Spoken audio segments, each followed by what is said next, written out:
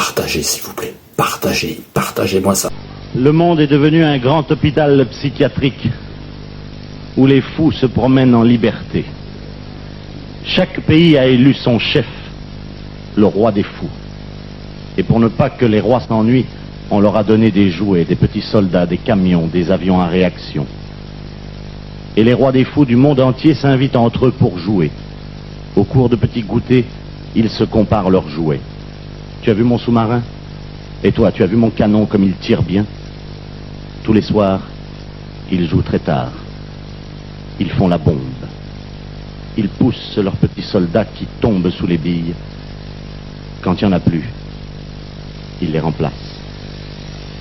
Et puis les rois des fous échangent leurs jouets.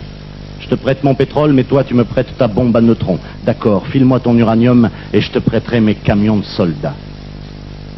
Et puis il y a des rois des fous qui n'ont rien à échanger. Pas de jouets, même pas de quoi manger. À 4 heures, ils ont droit à un petit goûter à partager en 3. Ils vivent au tiers. C'est le tiers-monde. Ils traînent derrière eux, au bout d'une ficelle, un lapin qui joue du tambour. Et en les voyant passer, les rois des fous du monde entier leur jettent pour s'amuser des petits noyaux d'olives nucléaires. Et puis de temps en temps, il arrive un docteur qui veut soigner les fous. On l'appelle prix Nobel de la paix. On lui met une grosse médaille sur le cœur qui brille au soleil pour qu'on voit bien l'endroit où il faut tirer pour le tuer. Et la vie continue.